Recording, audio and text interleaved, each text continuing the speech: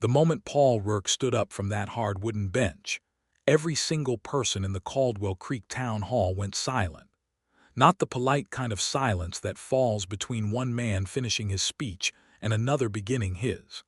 This was the suffocating, airless silence of a room holding its collective breath, of 50 pairs of eyes swinging from the woman standing alone at the front of the hall to the deputy who had just risen to his feet in the back row. It was the silence of a town teetering on the edge of a decision that would define what kind of place Caldwell Creek truly was. Inez Merritt stood at the front of that room with her chin held so high it had to be hurting her neck. Her dark hair was pulled back beneath a plain bonnet, and the dress she wore was clean but mended in 3 places along the hem. She had not flinched once during the past 40 minutes while men she had served coffee to, men whose children she had nursed through winter fever, men who had tipped their hats to her on Main Street just last Sunday, stood one after another and called her a liar, a fraud, and worse. Mayor Aldous Gentry sat at the head table with his hands folded across his impressive belly, and his expression was the careful, calculating look of a man who had already made up his mind, but was waiting for the crowd to catch up with him. Beside him sat Harlan Voss, who owned the bank and the mill and most of the South Range, and whose thin lips were curved in something that was not quite a smile but contained all the satisfaction of one. The charge against Inez was simple and devastating. She had, according to Harlan Voss, forged the deed to the 40 acres of land that her late husband Thomas Merritt had purchased 3 years prior. Thomas was 6 months in the ground. The land was valuable, and Harlan Voss wanted it.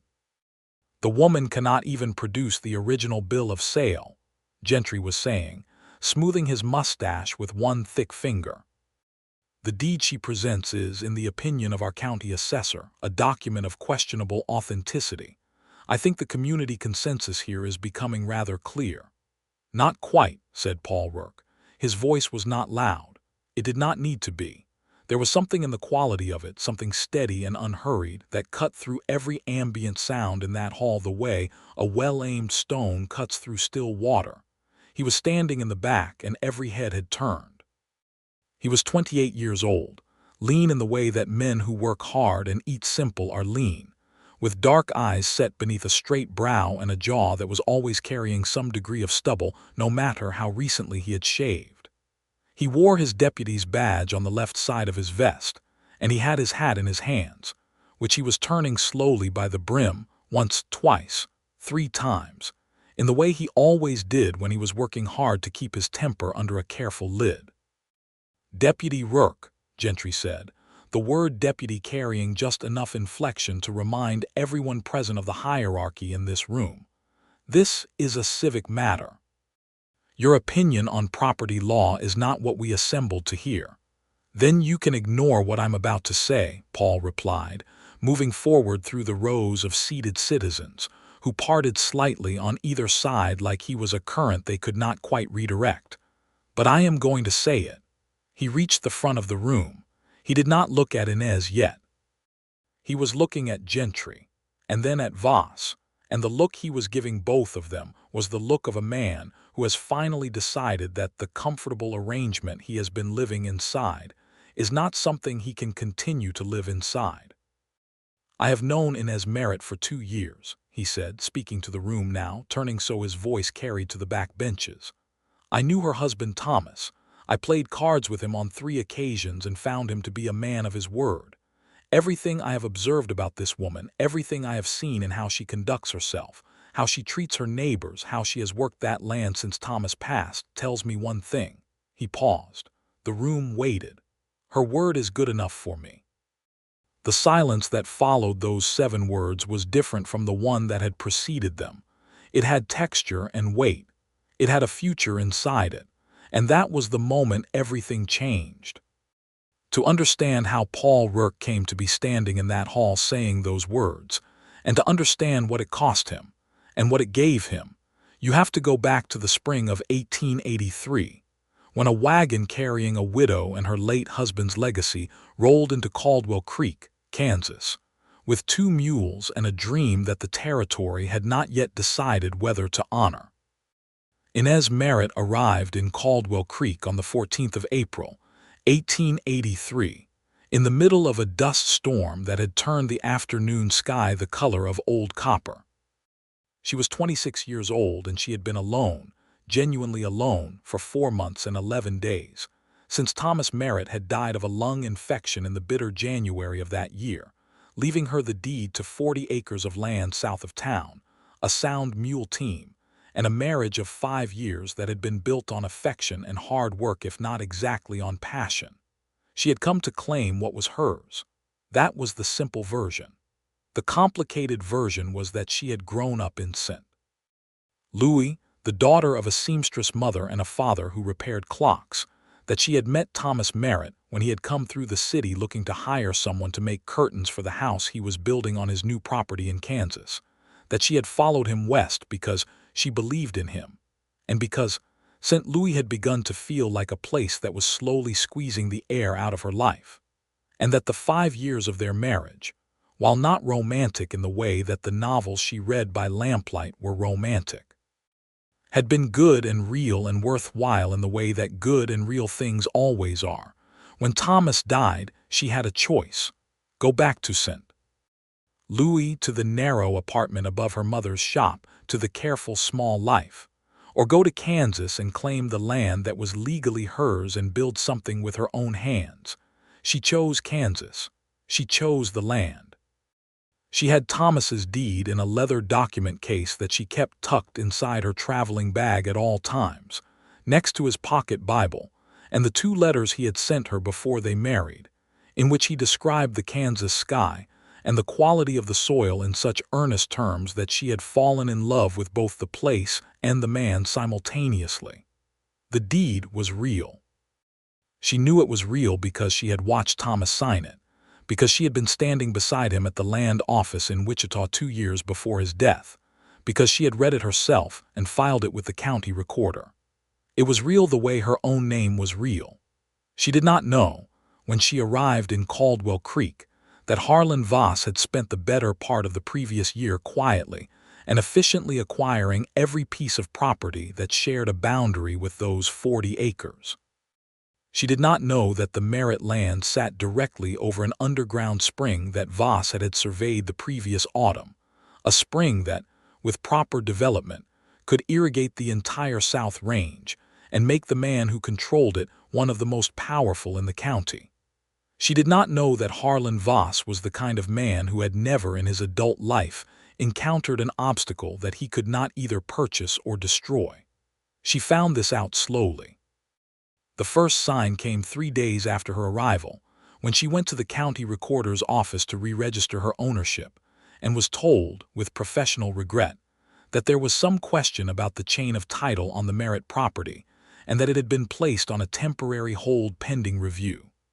The recorder, a nervous young man named Ellsworth who could not quite meet her eyes, kept glancing toward the door as he spoke, as though he expected someone to walk through it. She stood very still and asked him, in the quiet, precise voice that was one of the things people who knew her always mentioned when they described her, exactly who had requested the hold and on what grounds. Ellsworth's ears went red. He said it was a matter of institutional procedure. She left the office with the document case under her arm and the beginnings of a terrible clarity forming in her mind about exactly what she was dealing with.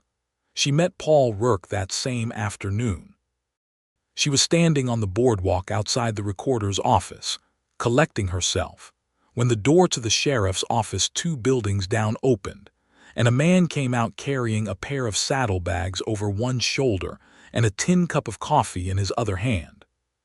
He nearly walked into her and the coffee sloshed dangerously, and he pulled back and said, "Beg pardon, ma'am," with such immediate and genuine concern that she almost laughed despite everything. "No damage done," she said. He looked at her. She looked at him. There was a brief, unguarded moment of the kind that happens sometimes between strangers, where you see each other clearly before either of you has had the chance to construct the careful social face you wear for the world. And then it passed, and he introduced himself as Deputy Paul Rourke, and she introduced herself as Inez Merritt. widow of Thomas Merritt, new owner of the South Range property. Something shifted in his expression when she said Thomas Merritt's name, just slightly. "I knew Thomas," he said. "Good man. I was sorry to hear of his passing." "Thank you," she said. "Did you know him well?" "Well enough to know his handshake was worth more than most men's written contracts," Paul said, and then something in his eyes went inward for a moment as though he had just realized something, and he asked, "Is everything all right? You look like someone just told you some difficult news." She could have said it was nothing. She was good at saying it was nothing, had spent 5 years of frontier marriage being competent and self-sufficient precisely, so she would never have to say otherwise to anyone. But something about the directness of his question, or maybe the quality of his attention, which was complete in a way that attention rarely was, made her say, "I went to register my deed and was told there's a hold on the property. They won't tell me who requested it." Paul Rourke's expression did not change dramatically.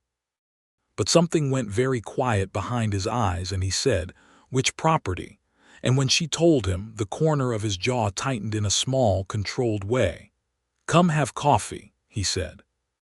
"Not because it'll fix anything, but because what I'm about to tell you is going to be easier to hear sitting down." She hesitated. She had learned in her 26 years to be cautious with men who offered assistance freely, because the assistance always had a shape, and the shape was always eventually about what the man wanted in return rather than what you actually needed. But there was nothing performative about Paul Rourke's offer. He was not trying to impress her or comfort her in a way that would obligate her. He was simply stating a practical fact. Sitting down was going to help. She went with him to the hotel's small dining room, where the afternoon coffee was strong and the chairs were solid, and he told her about Harlan Voss. He told her carefully and completely, without drama, the way you tell someone a true thing that is not pleasant. He told her about Voss's land accumulation over the past year, about the underground spring, about the way Voss had pressured the previous 2 owners of South Range properties into selling for prices below market value by various creative methods that included filing nuisance claims, restricting water access, and hiring men to run cattle across boundary fences in ways that were impossible to conclusively attribute to anyone. He also told her, and he said this without looking away from her face, that he had made a report to Sheriff Dale Hooper 6 months ago about Voss's land activity, and that Hooper had told him it was a civil matter and not his concern. "And what did you think of that response?" she asked. "I thought it was the response of a man who has received benefits from Harlan Voss that he does not want to jeopardize," Paul said flatly. She looked at him. He looked back. There was no performance of outrage in what he said, no self-righteous drama, just a plain assessment delivered in a plain voice. "Why are you telling me all this?" she asked. "You have a job to protect." "Because you came here to claim what's legally yours," he said, "and I think you deserve to know what you're walking into." She thought about that for a moment. Then she said, "And what would you do if you were in my position?" He turned his coffee cup in a slow circle on the table. "I'd file the deed at the federal land office in Wichita rather than the county recorder's. County can be pressured. Federal is harder. And I'd make sure every neighbor in a 10-mile radius knew exactly what was happening, because Voss is going to try to make this quiet, and the only weapon you have against quiet is noise." She looked at him with an expression he would think about later, when he was lying awake in his room at the boarding house listening to the prairie wind work at the window. It was the expression of a person who has just been given something genuinely useful when they expected to be given something decorative or patronizing. "That is," she said carefully, "actually helpful advice." "Good," he said. "I meant it to be." She went to Wichita that week and filed her deed with the federal land office. The clerk there was efficient and professional, and completely unintimidated by Harlan Voss's name. The filing was processed and stamped and returned to her with all the bureaucratic finality of the United States government, which is not always a comforting thing, but is occasionally a very useful one. She returned to Caldwell Creek and took up residence on the property, moving into the small two-room house that Thomas had built the previous year, which was solid if spare, and beginning the work of running 40 acres alone. And Paul Rourke, riding the South Patrol road that skirted her property boundary 3 times a week as part of his regular rounds, found reasons to stop. This was not, he told himself, anything other than neighborly courtesy.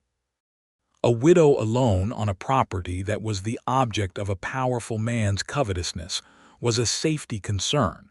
It was his professional responsibility to check in. This was what he told himself for approximately the first month.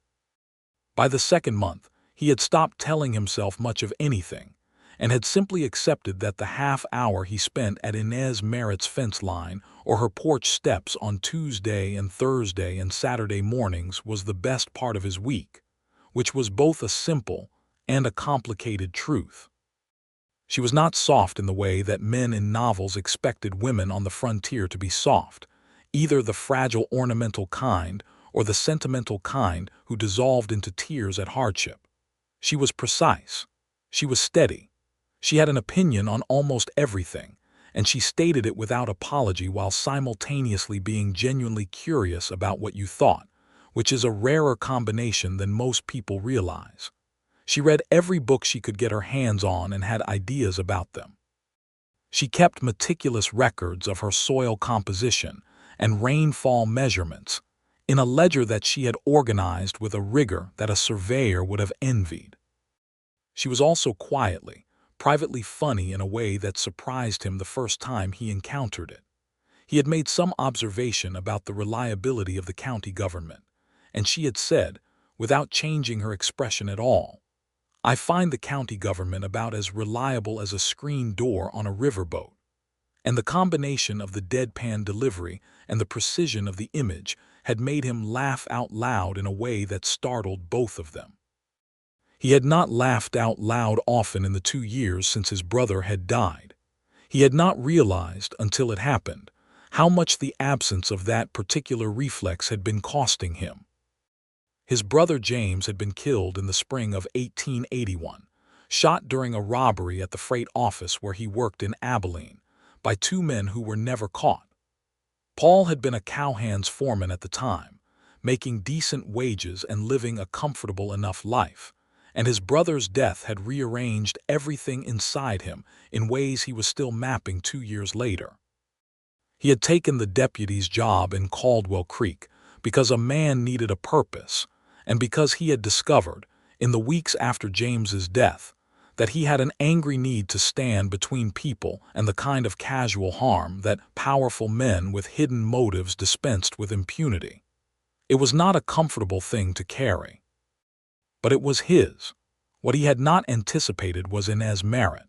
What he had not anticipated was the way the world rearranged itself slightly when she was in it, the way conversations with her felt like real conversations, the way her particular brand of competence and stubbornness and quiet wit did something to the landscape of his interior life that he could not have named precisely but could feel clearly.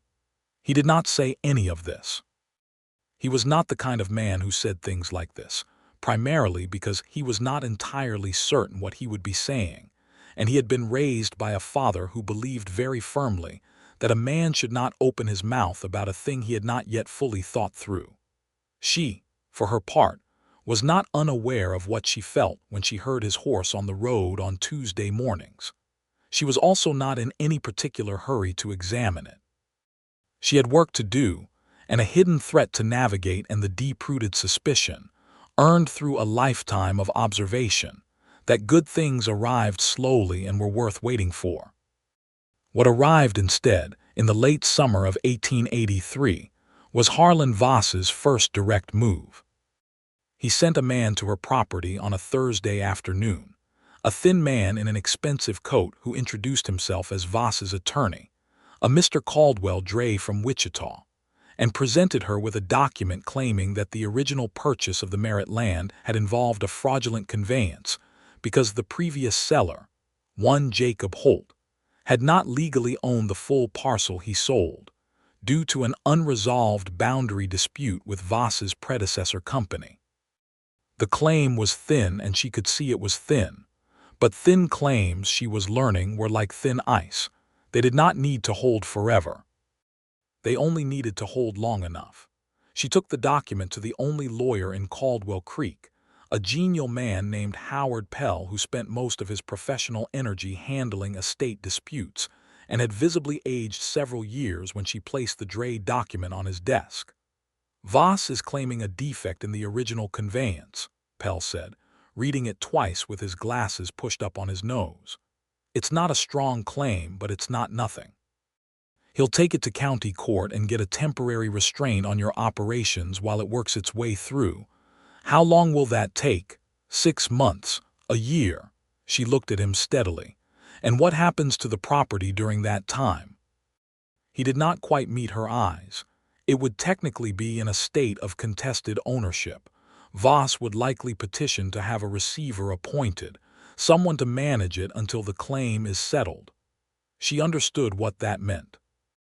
It meant Harlan Voss would manage her land for a year, while a case he had manufactured worked through a court system he had influence over.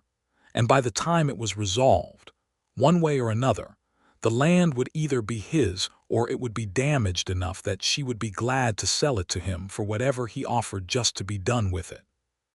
She walked out of Howard Pell's office and stood on the boardwalk in the August heat and felt, for the first time since Thomas had died, genuinely afraid.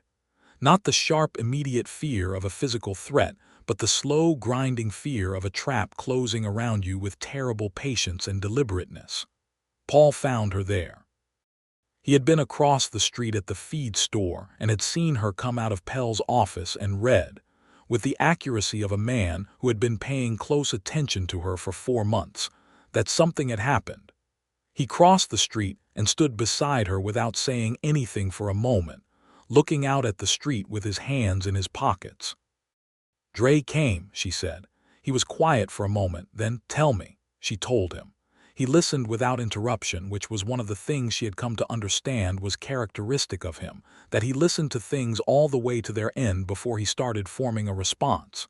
Most men, she had observed, started talking about halfway through your second sentence. When she finished, he said, "Do you have documentation of Thomas's original purchase? Not just the deed. The correspondence, the payment records, anything that shows the transaction from beginning to end." "I have Thomas's letters," she said. "He wrote to me about every step of the purchase. The correspondence between him and Holt, the bank draft records. Those letters, if they're detailed enough, are a contemporaneous record of the transaction," Paul said. "If Dre's trying to claim a defect in Holt's ownership, you counter with evidence that Thomas had no knowledge of any dispute and purchased in good faith. That changes the legal footing considerably." She looked at him. "You know about property law." "I know enough," he said. "My father had a land dispute in Missouri when I was 15. I spent 2 years watching it play out from about 8 feet away." She found herself noting, not for the first time, that there was always more to him than the surface suggested. He wore his competence quietly, which meant that people who weren't paying attention routinely underestimated him, which she suspected was occasionally useful to him. "I need someone in Wichita," she said. "A real lawyer, not Pell, who means well but is clearly frightened of Voss." "I know someone," Paul said. "His name is Marcus Aldrich. He practices federal land law. He's good and he's not afraid of Voss because he doesn't operate in Voss's county. Will he take my case?" "I'll write to him today." She looked at him for a long moment. "Why are you doing this, Paul?" It was the first time she had used his given name. She had done it without thinking, and she saw him register it, a small adjustment in his expression, something carefully maintained suddenly showing its actual texture. "Because it's the right thing to do," he said. And then, after a pause that felt deliberate, "and because I am significantly invested in how this turns out." She held his gaze for a moment. "So am I," she said quietly. They stood on the boardwalk in the August heat and did not say anything else for a moment. And the street moved around them, horses and wagons and the distant sound of the blacksmith's hammer, and something had been acknowledged between them without being stated, which was perhaps the most honest way that some things can be acknowledged. The following months were a study in the particular kind of tension that comes from fighting a battle on multiple fronts simultaneously. The legal front, the social front, and the deeply personal front that neither of them was quite ready to name directly. Marcus Aldrich came down from Wichita in September, a compact man of about 50 with sharp gray eyes and the unhurried manner of someone who had argued cases in front of federal judges and found them no more intimidating than anyone else. He spent 3 days reviewing Inez's documents, reading Thomas's letters with the careful attention of someone reading a legal brief rather than personal correspondence, and meeting with Howard Pell, who was visibly relieved to hand the whole situation to someone else. The good faith purchase argument is strong, Aldrich told Inez and Paul, who sat together on one side of the table in the hotel dining room while Aldrich sat on the other with his notes spread before him. Holt's supposed boundary dispute with Voss's predecessor company predates your husband's purchase, but there's no evidence it was ever recorded or disclosed. Your husband bought in complete ignorance of any claimed defect. That's a textbook good faith purchaser scenario. Can we win? Inez asked. At the federal level, yes, Aldrich said. But Voss is going to file in county court first, which means a local judge who may or may not be independent of Voss's influence. We're going to need to move the case to federal jurisdiction, and that requires establishing a federal question, which, he looked at the deed, then at the federal filing stamp from Wichita. You've actually set up perfectly by filing with the federal land office first. Whoever told you to do that had a good legal instinct. He glanced at Paul. Paul said nothing. Inez caught the direction of Aldrich's glance and the direction of her own expression and looked back at the table. The county court case was filed by Dre in October, as expected. Aldrich immediately moved to transfer it to federal jurisdiction, and the motion consumed November and most of December in procedural filings and counterfilings that were deeply boring to read about and deeply consequential in their implications. During this period, Inez continued to work her land, and Paul continued to ride his patrol, and the tension between what they felt for each other and what they had not yet said built steadily the way pressure builds in a sealed vessel. They spent Christmas Eve together. It was not planned. Paul had been riding past her property on the way back from a long circuit that had taken him well into the county's western edge, chasing reports of cattle rustling that had turned out to be a misunderstanding about a fence line, and it was cold and getting dark and her window was lit and he had stopped without fully deciding to stop. She had opened the door before he knocked, which told him she had heard the horse. "I wasn't going to bother you," he said. "Come in," she said. "I have venison stew, and there is entirely too much of it for one person." He came in. The house was warm, and she had strung dried wildflowers across the window frame, which was the only concession to the holiday in evidence, and there was a small fire in the stove, and it smelled like wood smoke and spices, and he sat at her table and she put a bowl in front of him and they talked for 3 hours. They talked about Thomas, honestly and without the careful social formality that usually surrounds speaking of the dead to those who loved them. She told him about their life together, the good of it and the complications of it, with a candor that surprised her even as she offered it. He told her about James, about the freight office, about the particular quality of grief that comes from a loss that was both sudden and unavenged, and she listened to him with the complete attention she gave everything, and when he was done she said, "I think you became a deputy for him." "I know I did," he said. "I'm still deciding whether that's a problem." "I don't think it's a problem," she said.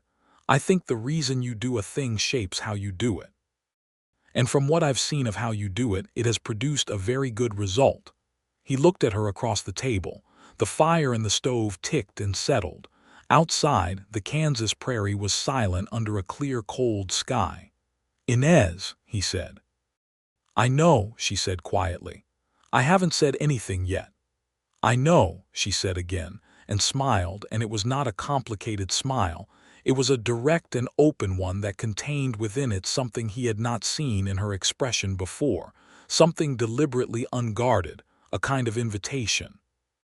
He reached across the table and put his hand over hers where it rested on the wood, and she turned her hand so that her fingers were around his, and they sat like that for a while without saying anything, and the fire burned steadily, and outside the Kansas night was vast and cold and full of stars, and inside that small house on 40 acres of contested land, something that had been building for 8 months arrived quietly and completely at where it had always been going.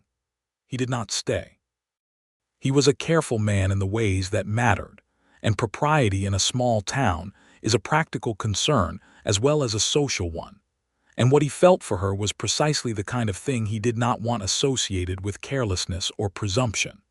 He rode back to town in the cold with his chest full of something warm and slightly terrifying, which is more or less the standard experience of a person who has just acknowledged, definitively, that they have fallen in love. January brought the federal court ruling on jurisdiction. Aldrich's motion was granted, and Drays County filing was transferred to the federal district court in Wichita.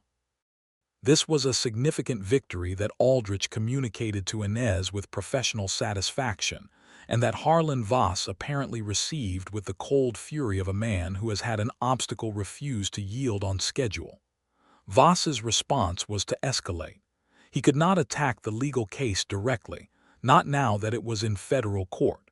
So he attacked the woman. It began with rumors.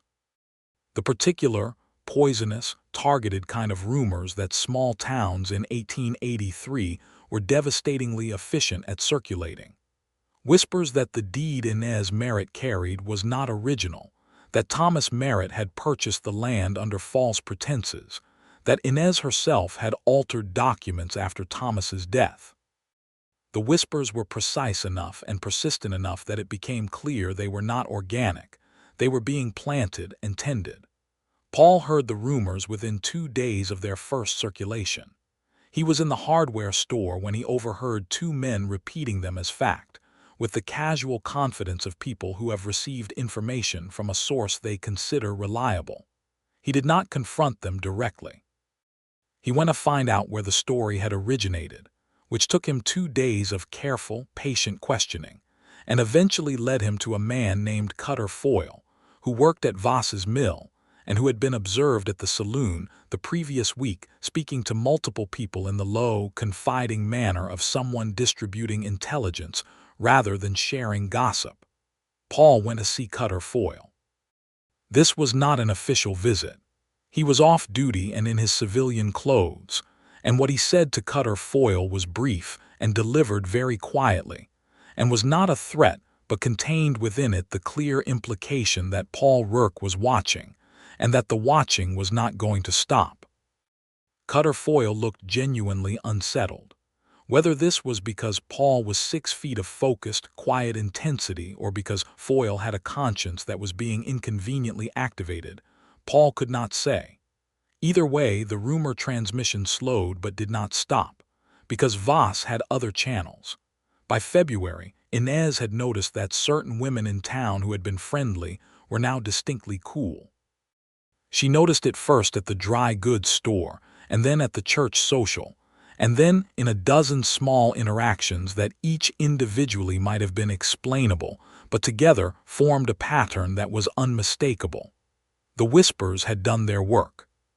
She told Paul about it on a Tuesday morning, sitting on her porch steps in the thin winter sunlight, and her voice was steady but her hands were very still in her lap, which he had learned was what she did when she was working hard to contain something. "It's a dark strategy," she said. "Make me socially suspect, make my word suspect, so that when the case comes to trial, the jury pool is already poisoned." "That's exactly what it is," Paul said. He sat down beside her on the steps. "And it tells us something important, that he's afraid, that he knows his legal case is weak, and he needs to win in the court of public opinion instead." He looked at her. "Which means the legal case is going well." She was quiet for a moment. Then, "I am finding this harder than I expected." "Which part?" "Being suspected," she said. "I have never in my life been dishonest. I was raised to believe that if you behaved honorably, you would be treated honorably.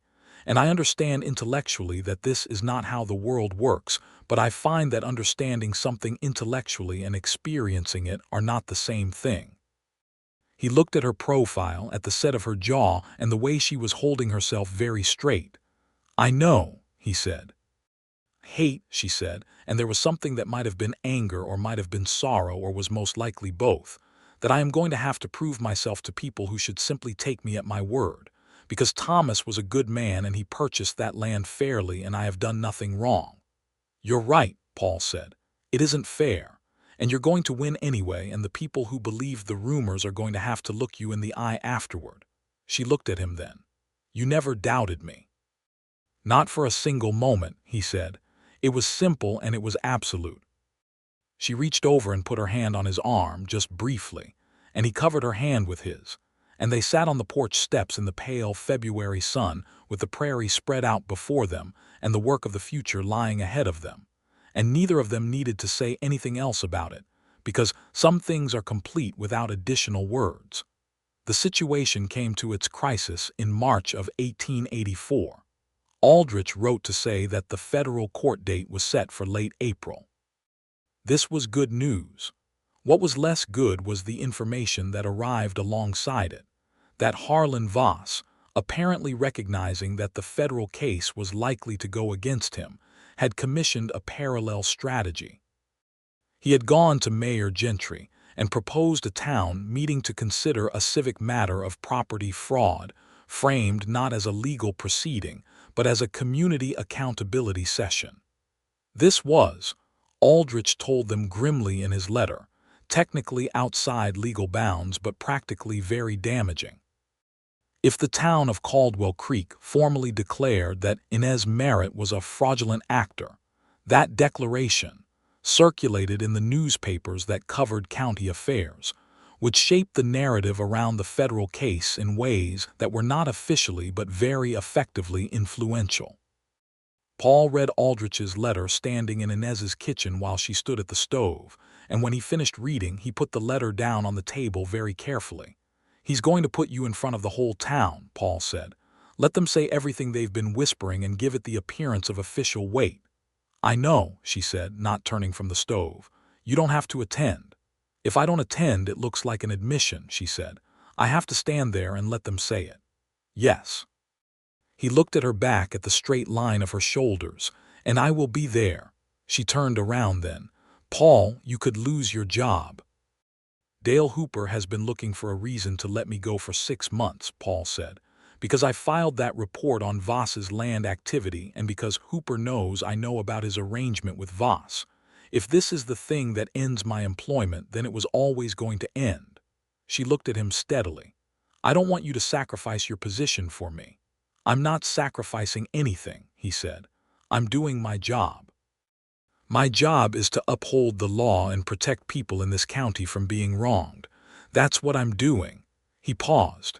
"It also happens to be the only thing I want to do." She set down the spoon she was holding and crossed the kitchen in 3 steps and stood directly in front of him, close enough that she had to look up slightly to meet his eyes. "Paul Rourke," she said, "I need you to understand something." "Tell me," he said very quietly. "I am going to win this," she said. "Not because I need someone to rescue me. Because I am right and I have the evidence and Marcus Aldrich is excellent at his job. But the fact that you believe me, the simple fact that you have never once treated my word as something that needed to be proven, has been the most sustaining thing in my life for the past year." He looked at her. The kitchen was warm and the light was the particular pale gold of a Kansas March morning, and she was looking at him with those precise, clear dark eyes that never performed anything and always meant exactly what they showed. "I love you," he said, because it was true and because he had been not saying it for the better part of a year and it was time to stop not saying it. She did not look surprised. She looked, very briefly, like something had settled into its correct place. "I love you," she said back. And then, with the trace of that precise, quiet humor, "I thought you should know before the town meeting, in case it becomes relevant to any decisions being made there." He laughed. She reached up and put her hand along the side of his face, and he leaned down and kissed her, and it was not complicated or dramatic. It was simply the arrival of something that had been on its way for a long time, and it felt like the most natural thing in the world, which is the best thing a first kiss can feel like. The town meeting was announced for the second Thursday of March.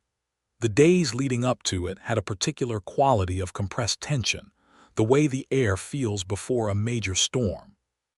People in town were choosing sides in the way that small towns always choose sides in disputes involving a powerful man and a person with no institutional power, which is to say that the division was less clean than it should have been, because the cost of opposing Voss was visible and concrete, while the cost of opposing Inez was diffuse and abstract.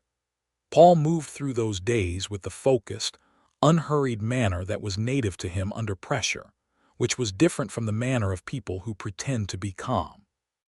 He checked in with Aldrich, who confirmed that the federal case was proceeding well and that the good faith purchaser argument was looking solid. He talked to 3 neighbors of Inez's who were willing to attend the town meeting and speak to their observation of her and Thomas's honest dealing. He did this quietly, without drama, because the goal was effectiveness rather than theater. He also talked to Sheriff Dale Hooper. This conversation was brief and uncomfortable in the way that all conversations are when both parties know the actual subject is different from the stated one. "I intend to attend the town meeting Thursday," Paul said. Hooper looked at him across the desk. He was a heavy-set man of about 50 who had been sheriff of Caldwell Creek for 9 years and who wore his authority with the comfortable fit of a man who has never had to seriously defend it. "It's a civic meeting," he said carefully. "I don't see how it concerns your professional responsibilities." "I'm not going in a professional capacity," Paul said. "I'm going as a citizen." Hooper's eyes narrowed slightly. "A citizen who happens to wear a badge."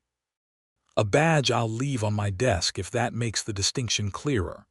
"Don't," Hooper said after a pause. "Leave the badge on, but Rourke," he leaned forward slightly, "think about what you're doing before you do it. Harlan Voss is not a man who forgets things." "I've noticed," Paul said. The night before the meeting, Inez sat at her kitchen table and read Thomas's letters by lamplight. Not for legal purposes, not to prepare arguments, just to read them. The careful, affectionate descriptions of Kansas soil and prairie sky. The earnest way he had explained his plan for the land, what he hoped to build there, what he imagined their life would look like. He had been a good man with a genuine dream, and what Harlan Voss was trying to do was not only steal from her, but retroactively corrupt the integrity of that dream. And that was the part of it that made her angriest and most determined. She put the letters away and stood at the window and looked out at the dark prairie, and she was afraid in the way you are afraid when you know tomorrow matters enormously and you are not certain of the outcome. She had done everything right. She had the documents, she had Aldrich, she had the truth, and none of that was a guarantee. She also had Paul Rourke. And while she would not have said to anyone that his belief in her was part of what would carry her through the meeting, it was true that when she thought of walking into that hall tomorrow, the specific image that made it feel survivable was his face. The meeting was called to order by Mayor Gentry at 6 o'clock on Thursday evening.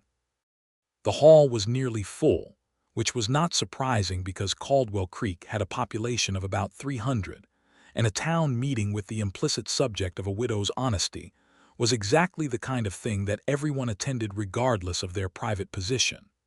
Harlan Voss sat in the front row with Caldwell Dre beside him. Voss was a man of about 55, silver-haired and well-tailored, with the kind of face that was permanently composed into an expression of reasonable authority. He looked, in other words, exactly like what he was, which was a man who had never in his professional life been seriously inconvenienced by anyone less powerful than himself. Inez stood at the front of the hall alone because she had refused to let Paul stand with her before things began. "It will look like I need a protector," she had said. "I don't. Let me stand on my own ground first." He had stood in the back instead and watched and said nothing, while Gentry opened the meeting and Dre presented the case against her with the smooth, professional efficiency of a man who does this often and is very good at it. The allegations were presented as civic concerns rather than legal ones, which was the rhetorical strategy Voss had designed. This was not a court proceeding.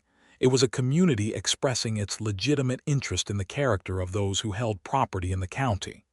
The deed Inez Merritt presented was, Dre said, of uncertain provenance. The original bill of sale from Holt to Thomas Merritt could not be produced by county records. The chain of title contained discrepancies.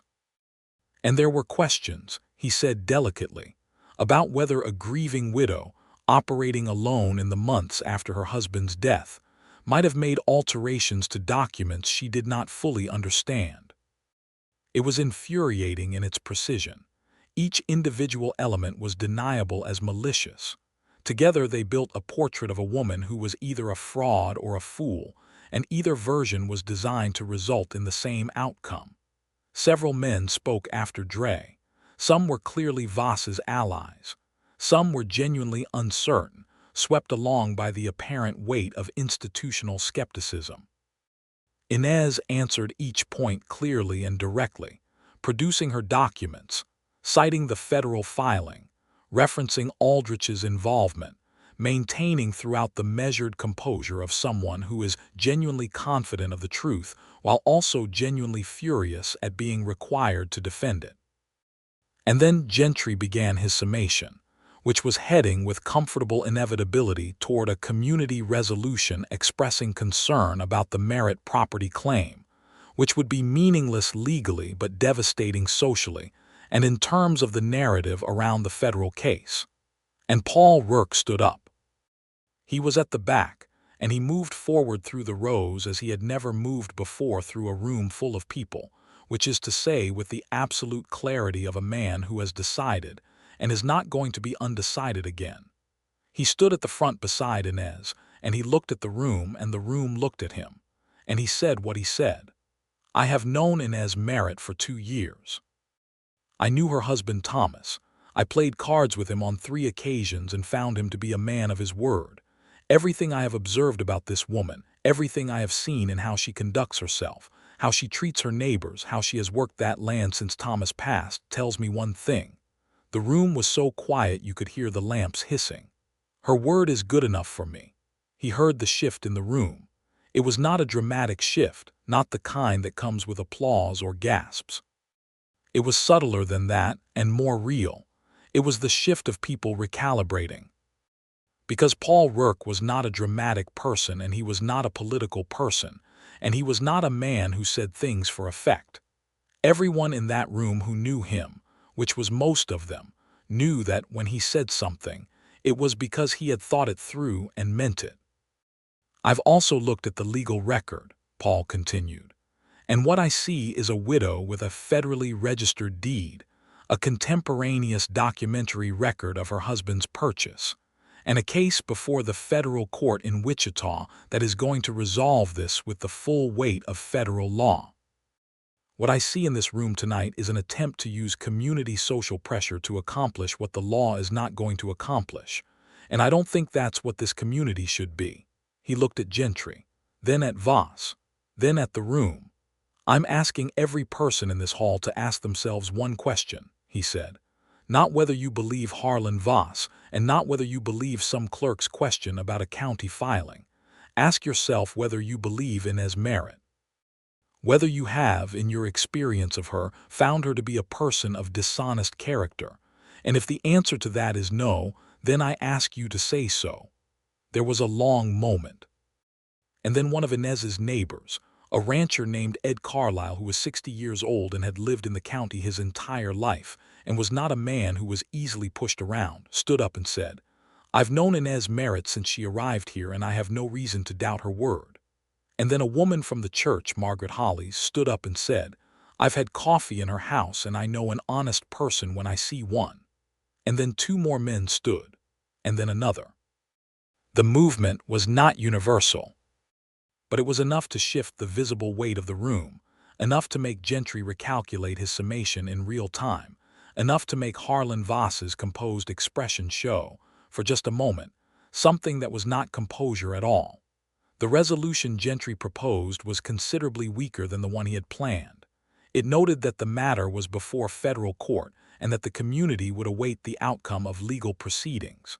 It was, essentially, nothing. A retreat dressed as a procedure. Inez stood very straight through all of it. She did not look at Paul during the vote. But when the meeting broke up and people began moving toward the doors, she turned to find him standing directly beside her, and the look they exchanged was brief and complete and contained several things simultaneously, including profound relief and something warmer and more complicated. "You didn't have to do that," she said. "Yes, I did," he said simply. She looked at him for a moment. "You might have just lost your job." "I know," he said. "I find I'm surprisingly peaceful about that." He did not lose his job that night. But he lost it 3 days later, when Sheriff Dale Hooper called him into the office and told him that his services were no longer required by the county of Caldwell Creek, and gave him until the end of the week to turn in his badge. The reason given was failure to maintain professional neutrality in a civic matter. The actual reason was visible in the quality of Hooper's eyes, which could not quite hold Paul's gaze, which is what a man's eyes do when he is doing something shameful for a reason he has convinced himself is practical. Paul accepted the dismissal without argument. He turned in his badge on Friday morning and walked out of the sheriff's office into the spring sunshine and felt, beneath the real and sharp loss of the role he had defined himself by for 2 years, something that was almost like relief. The release of a person who has been waiting to make a choice they knew they needed to make, and has finally made it. He went to Inez's property. She saw him riding up without his badge and read it in a single look, and her expression contained something he could not quite parse at first, and then he understood it was guilt, which was not something he was going to let stand. "Don't," he said before she could speak. "Paul, I made my own choices," he said. "Every one of them, and I would make them again in the same order." She looked at him from the porch. Her eyes were very bright. "What are you going to do?" "What I was doing before I was a deputy," he said. "I can work land. I can work horses. I happen to know a stretch of property in the South Range that is going to need considerable attention over the next few years." He watched the understanding move across her face. Then she said carefully, "Is that a proposal, Paul Rourke?" "It is," he said. "Not an eloquent one, but it's real." She came down the porch steps. She stood in front of him in the spring morning with the Kansas wind moving her hair loose around her face and looked at him with those direct, clear eyes. "I accept," she said. "Not the least eloquent proposal I've ever heard, but definitely the most honest." He kissed her there in the yard in the morning light with the spring prairie spread out behind them and the mule team regarding them from the fence with supreme indifference, and it was everything that needed to be everything. The federal case came to its resolution in late April of 1884, precisely as Aldrich had predicted it would. The court found in favor of Inez Merritt on every point. Thomas Merritt's purchase of the 40 acres from Jacob Holt had been conducted in complete good faith, in the full legal absence of any recorded or disclosed dispute, and the deed was valid and clear in its current registration. The court also noted, in language that was judicial in tone, but contained within it something that felt, to those who read it carefully, like censure, that the chain of alleged title defects presented by the opposing party was thin enough to suggest it had been constructed rather than discovered. Harlan Voss's attorney filed a notice of appeal the following week, which Aldrich reviewed and described in a letter to Inez as the legal equivalent of kicking a wall you have already broken your foot on. The appeal was denied 4 months later. Voss accepted this outcome with the carefully maintained dignity of a man who has lost and will not admit it, and redirected his attention to other ventures, which is what powerful men do when they are defeated, because they have the resources to find other places to apply their power. He never apologized. Men like Harlan Voss do not apologize. But the underground spring on the South Range was Inez Merritt's, and the 40 acres were hers, and the deed was clean and clear, and the matter was done. Paul and Inez were married in June of 1884 in the same church hall where town meetings were held, which was not a coincidence. The ceremony was conducted by the Reverend James Whitfield and attended by most of the town, including Ed Carlisle and Margaret Hollies and a number of others who had stood up at the meeting, and also by several people who had not stood up at the meeting, who came to the wedding with the particular expressions of people who have done something they regret and are not sure how to say so. Marcus Aldrich came down from Wichita for the occasion, which pleased Inez enormously. He sat in the front pew and cried a little during the vows, which surprised everyone who knew him professionally and surprised him not at all. Inez wore a dress she had made herself over the preceding month, a pale cream linen that she had trimmed with narrow lace, simple and precise in the way that she was simple and precise, with nothing excessive and everything exactly right. She carried a small bunch of prairie wildflowers that she had gathered herself that morning, the same kind she had hung dried over her window on the Christmas Eve when Paul had stayed for venison stew, and they had first held hands across a kitchen table. Paul wore his Sunday suit, which he had brushed within an inch of its life, and stood at the front of the church with his hands at his sides, looking at her, walking up the aisle, with an expression that Ed Carlisle described afterward to his wife as the look of a man who cannot believe his own luck and knows it is not luck, but is still astonished by it, which is the best kind of expression a man can have at his wedding. The vows, they said, were the traditional ones because neither of them was the kind of person who needed to write their own vows, who needed the ceremony to be about the performance of their feeling rather than the feeling itself. When the Reverend asked Paul if he took this woman, he said, "I do," in the same quiet, absolute voice with which he had said, 3 months before, that her word was good enough for him, which was perhaps the truest continuity the moment could have contained. They moved into Inez's house on the South Range property, which was now definitively and legally their house, and spent the summer and early fall expanding it. Paul was, among his other qualities, an excellent carpenter, which Inez discovered with genuine delight when she watched him add a room to the back of the house, with the same focused, unhurried competence he brought to everything he did. He took work as a horse trainer, which paid decently and suited him, and helped with the property operations, and found that the life of a man who works land with his own hands and comes home in the evening to a woman he loves is a life that does not require a badge to give it meaning, which was a thing he had known theoretically but now understood in his body. Inez developed the South Range in the way she had always planned. She put in crops, wheat and sorghum, and kept a small cattle herd, and within 2 years had established agreements with 2 neighboring ranchers for water access from her spring that were fair to all parties and enormously resented by Harlan Voss, who could observe from his own property boundary that the spring was being developed exactly as profitably as he had imagined and by someone other than himself. The autumn of 1885 brought a discovery that rearranged everything again, in the way that certain discoveries do, not disrupting the structure but deepening it. Inez told Paul on a Wednesday evening in October. She had made coffee and brought it to the porch where he was sitting after supper watching the sky darken, and she sat down beside him and said, "I need to tell you something." He looked at her. She was holding her coffee cup in both hands and not quite meeting his eyes, which was unusual enough to be immediately notable. "All right," he said. "We're going to have a child," she said. "In the spring, I think, late April or May." He was quiet for a moment. Then he put his coffee cup down and turned to face her fully, and she looked up at him, and his expression was the one that made her love him most, the one that was completely unguarded and completely true. "Are you frightened?" he asked. "A little," she said. "Are you?" "Considerably," he said. "And also," he took her hand in both of his, "this is the best thing I have ever heard."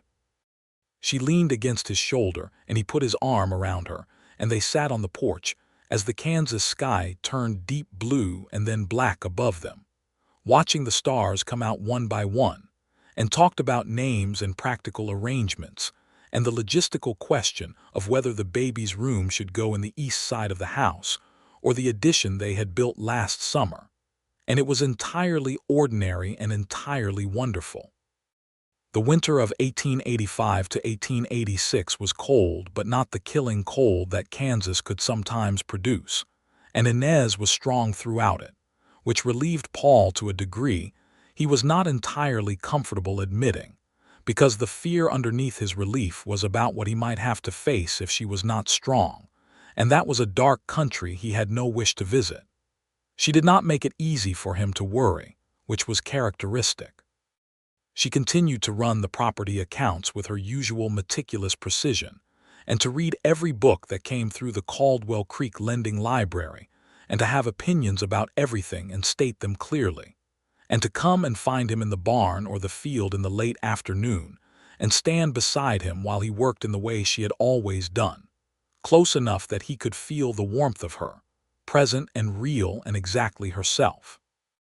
A boy was born to them in the first week of May 1886. He arrived in the spring morning with the prairie in full bloom outside the bedroom window, helped into the world by the county doctor who had ridden out at Paul's urgent summons the previous evening, and who declared the child healthy and sound with professional satisfaction. Paul held his son for the first time standing by the window while Inez rested, and the child was very small and had a full head of dark hair and seemed, in his new person's opinion, extremely uncertain about the whole situation, and Paul stood there with this small, complete, alarming weight in his arms and felt something shift in him that had no name but was unmistakable. "What do you want to call him?" Inez asked from the bed. She was tired in the bone-deep way of someone who has done something enormous, but her eyes were clear and focused and on both of them. "Thomas," Paul said, without looking away from his son's face, and then looking up at her, "if that is right with you." She was quiet for a moment. "Yes," she said, "that is exactly right." Thomas James Rourke, which was how the boy was registered at the county recorder's office in June of 1886, the middle name for Paul's brother, grew up on 40 acres of South Range land that was his mother's proof and his father's choice, and the foundation of everything. The years that followed were the years of a life genuinely lived, which have a different texture than the years of a life merely survived. There were good harvests and difficult ones. There were seasons when the cattle prices were strong and seasons when they were not. There was the year the drought came down from the north and pushed everyone in the county to their practical limits, and the way Paul and Inez worked through that year together, making decisions at the kitchen table with the same combination of her precision and his steady practicality that had always characterized the way they managed things, and emerged from it financially reduced but intact. There was the growing of Thomas James, who turned out to be a serious, curious child with his mother's eyes and his father's deliberateness, who wanted to know how everything worked and was not satisfied with approximate answers, who spent his first winter of real reading devouring every book in the Caldwell Creek lending library, with a thoroughness that made the librarian comment to Inez that the boy was going to need something larger than Caldwell Creek's library within a few years, which was probably true. There was the morning in the winter of 1889 when Inez told Paul they were expecting again, and the girl who arrived that March, Elena Ruth Rourke, who was nothing like Thomas James from her first hour, who arrived in the world with a vigor and an opinion about it that announced itself immediately and never moderated. And there was the evening in the spring of 1890 when they sat on the expanded porch of the house that had grown room by room to accommodate their expanding life, and watched Thomas James and Elena in the yard chasing the chickens in the long gold light, and it was so ordinary and so perfect that it was almost unbearable. "I want to tell you something," Paul said. Inez beside him turned to look at him with her full attention, which was still one of the things he treasured most about her, the way she gave her full attention as a genuine gift. "I used to think," he said, "that the most important thing was the badge, the job, having a defined role and clear purpose. I thought when Hooper took it away I'd lose something essential." She waited. "I was wrong," he said. "I didn't lose anything. I found it." He looked at her. "Here, this." She held his gaze for a moment, then looked back out at the yard where the children were creating a chaos the chickens were deeply unimpressed by. "I know," she said. "I have thought about that too. About how the thing that seemed like the worst moment, standing in that town hall while people called me a liar, was actually the moment that everything in my life clarified, because you stood up." "You would have one without me standing up," he said. "Yes," she said, "but it wouldn't have felt the same." She turned to look at him again. "I knew when you did it that you were the person I was going to spend my life with. Not because you rescued me, because you meant it. There was no performance in it. You just said what was true." "It was true," he said. "It is true." She leaned over and kissed him on the cheek, a small, domestic, everyday gesture that contained within it everything that mattered. Thomas James had caught a chicken and was holding it with both arms with an expression of supreme triumph. Eleanor, who had not caught any chicken and was not pleased about this, had decided to make her feelings known at a volume that successfully communicated them to everyone within a considerable radius. Paul Rourke, who had once been a deputy without a future he could quite envision, and a loss he was slowly learning to live with, watched his son and daughter in the spring evening light, and his wife beside him, and the 40 acres of land that had been fought for and won, and was now theirs as completely as anything can be anyone's. And he thought about his brother James and felt, for the first time with something that was close to peace rather than grief, that James would have liked this. All of it. Every unearned, hard-won, ordinary and extraordinary inch of it.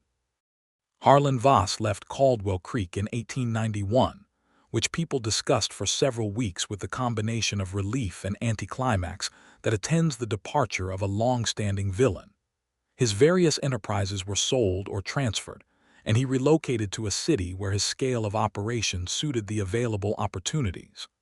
No one in the county was sorry to see him go, though very few said so out loud, because he still had associates in the area and old habits of caution die slowly. What he left behind was the irrigation infrastructure that he had intended to build around the Merritt Spring, and had never been able to, because the spring remained Inez's, and the infrastructure she eventually built around it, in partnership with 2 neighboring ranchers, and with practical guidance from an irrigation engineer she corresponded with in Denver, was modest and efficient, and served its purpose without requiring anyone to be exploited in the process. Sheriff Hooper retired from his position in 1892, without ceremony, and without anyone being particularly moved.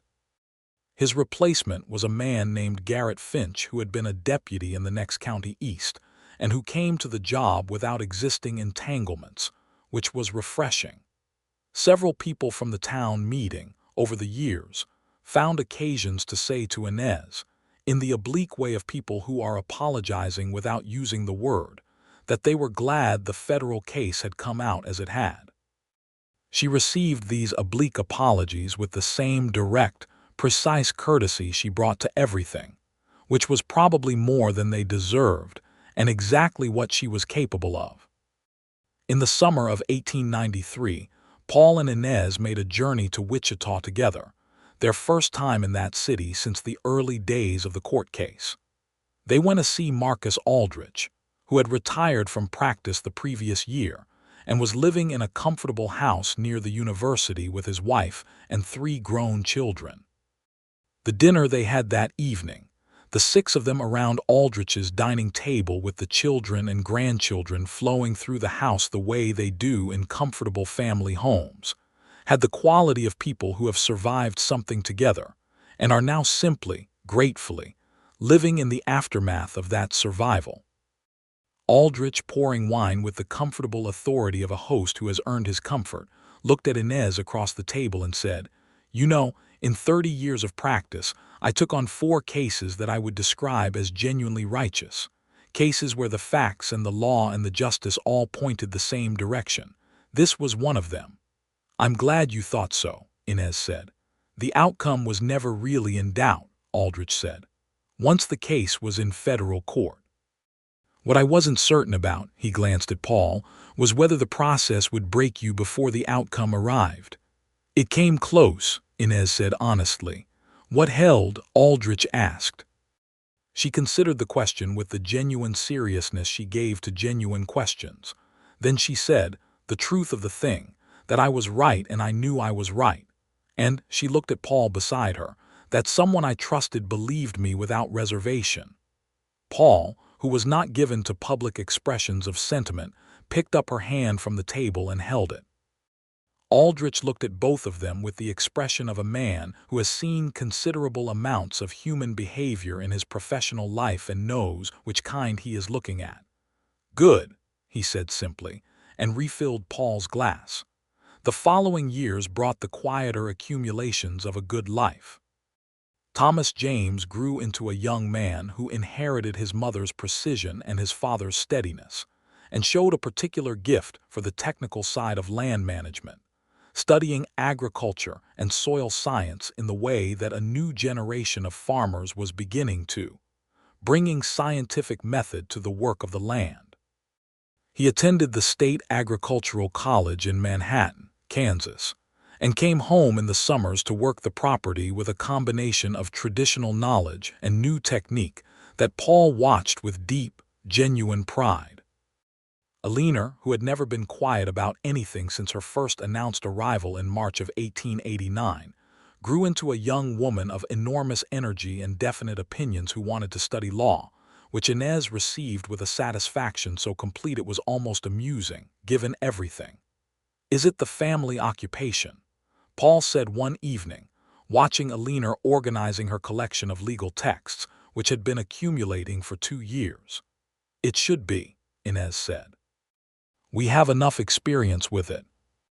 A third child came in 1895, a boy they named Henry, who arrived with Paul's dark eyes and Inez's specific brand of calm, which manifested in him as a placid good nature that was a perfect counterweight to Eleanor's intensity. And the two of them growing up together produced the particular dynamic of a household that is never boring and rarely entirely peaceful. By the turn of the century, the South Range property had grown from the original 40 acres by virtue of 2 additional purchases made in the early 1890s when neighboring land became available. The Merritt operation, as it was known in the county, was a solid, productive concern that ran cattle and grew wheat and managed the spring irrigation in a way that was good for the land and for the neighbors who shared access to it. None of this was spectacular. All of it was real. On an evening in the September of 1900, which was a significant year in its round numeralness, and which journalists and pastors were treating as a threshold to be crossed and examined, Paul and Inez sat on the porch in the warm end-of-summer air and watched the last light drain out of the Kansas sky in that extraordinary way it has, the colors spreading back from the horizon in layers of copper and rose, and finally a deep, saturated blue that has no equivalent anywhere else. And they talked about the century that was ending, which had contained their whole lives, and the one beginning, which would contain the lives of their children. Are you afraid of it? She asked. The new century. He considered this with his characteristic seriousness. No, he said. I think I've used up most of my capacity for fear, on things that mattered at the time. That is one of the benefits of having been genuinely frightened, she said. You know the difference between real fear and anticipated fear. What's the difference? Real fear has a specific thing in it, a specific person, a specific outcome, a specific document that needs to be real. She paused. When I was standing in that town hall, I was afraid of a specific outcome, which was losing the land and everything it represented. It was concentrated. I knew exactly what I was afraid of and why. And now? Now, she said, there is nothing specific enough to be afraid of. There is just the ordinary uncertainty of time which I have made my peace with. He looked at her. She was 43 years old and her hair was threaded with silver at the temples, and she was looking at the darkening sky with the same direct, precise attention she had given everything for as long as he had known her. I made my peace with it some time ago, he said. When? He thought about it. That Christmas Eve, he said. in your kitchen. When you turned your hand over and held mine. I stopped being afraid of the uncertain future because the specific thing I cared most about having in it was sitting across the table from me. She looked at him. Her expression did not perform anything, as it never had. It simply showed what was there, which was love of the settled, deep, permanent kind, the kind that has been tested and has not moved. Paul Rourke, she said. Inez Merritt Rourke, he said. She leaned over and put her head on his shoulder, and he put his arm around her. And they sat like that as the first stars appeared above the Kansas prairie, and the house behind them held the sounds of their children and the property spread before them in the dark, all of it theirs, all of it real, all of it earned in the truest sense of that word. The night was very clear. The stars were thick and bright the way they only are when you are far from city light, when the sky is actually dark, and the stars are actually stars rather than suggestions of stars. And the prairie was quiet around them, with that specific prairie quiet that is not the absence of sound but the presence of the sounds that belong there: wind, grass, the distant call of a night bird, the settling of the house. "I want to tell you something," Inez said, her voice quiet against his shoulder. "Tell me." "When I came here in 1883, she said, "I came for the land, because Thomas had bought it and it was ours, and I was not going to let anyone take it from us. That was the reason, the land." "I know," he said. "And I am glad," she said, "genuinely, deeply glad that the land is ours and that we won that fight and that what Thomas built here is standing and growing. All of that matters enormously to me." She paused. "But the thing that actually defines my life here, the thing that when I imagine this place and this time is at the center of it, is not the land." He was quiet, waiting. "It's you," she said simply. "The land was why I came. You are why I stayed, and there is a difference." He held her more closely. The stars moved in their slow, enormous arc above the Kansas prairie, and the century turned in its time, and the house held the Rourke family in its walls, all the ordinary and extraordinary accumulation of a life that had been built by two people who had found each other in a moment of crisis and had not let each other go. The deed to the South Range property hung framed in the hallway of the house, which had been Paul's idea. Not as a trophy, but as a reminder of the kind that is worth having on the wall where you pass it every day. The federal stamp was visible on it, the precise, permanent declaration of legal fact, and below it the signatures of Thomas Merritt and Jacob Holt, and in the corner the date of the Wichita filing. Below the frame, Inez had placed a small card in her own handwriting. It said simply, "Her word is good enough." Not a complete sentence, not the full version of the thing that had been said that night in the town hall. Just the essential part, the part that contained everything, the part that was true before and after and around all the legal proceedings and the social battles, and the years of work and the children and the life that had grown up inside and around those words. Every morning when Paul passed it on his way out to the property, he touched the corner of the frame. He did not think about it consciously. It was simply what his hand did, the way a hand reaches for a familiar thing in the dark and finds it exactly where it expected to be. The sun came up each morning over the South Kansas range and lit the 40 acres, and then the 60, and then the 100 that the property had grown into. And the crops came in, and the cattle moved between their pastures, and the children grew into people, and the spring fed the land as it always had, quietly and steadily and without drama, the way all the best things do their essential work. And Inez Merritt Rourke, who had come west with a leather document case and a dead husband's dream, and the particular stubbornness of a woman who knows what she is owed and intends to collect it, stood at her kitchen window in the morning light and watched her husband cross the yard toward the barn, and felt the familiar warmth that had never in 17 years dimmed to the point of comfortable complacency, which is the truest test of whether a thing is real or merely habitual. She watched him until he reached the barn door, and he paused there for a moment and turned, as he sometimes did, as though he could feel her watching, and looked back at the house. She raised her hand. He raised his. She turned back to the coffee pot and the morning and the long, good, settled continuation of a life that she had fought for, and won in every way that counted, on 40 acres of Kansas land under a sky that had no equal anywhere on earth, beside a man whose word, like hers, had always been exactly what it appeared to be. Everything that had been uncertain was now certain. Everything that had been threatened was now secure. Everything that had been begun in a moment of crisis and kindness on a dusty Caldwell Creek boardwalk in the spring of 1883 had grown into something that would outlast the century and seed itself in the lives of people who were only beginning to understand what their parents had built and what it had cost and what it meant. That was enough. That was more than enough. That was everything.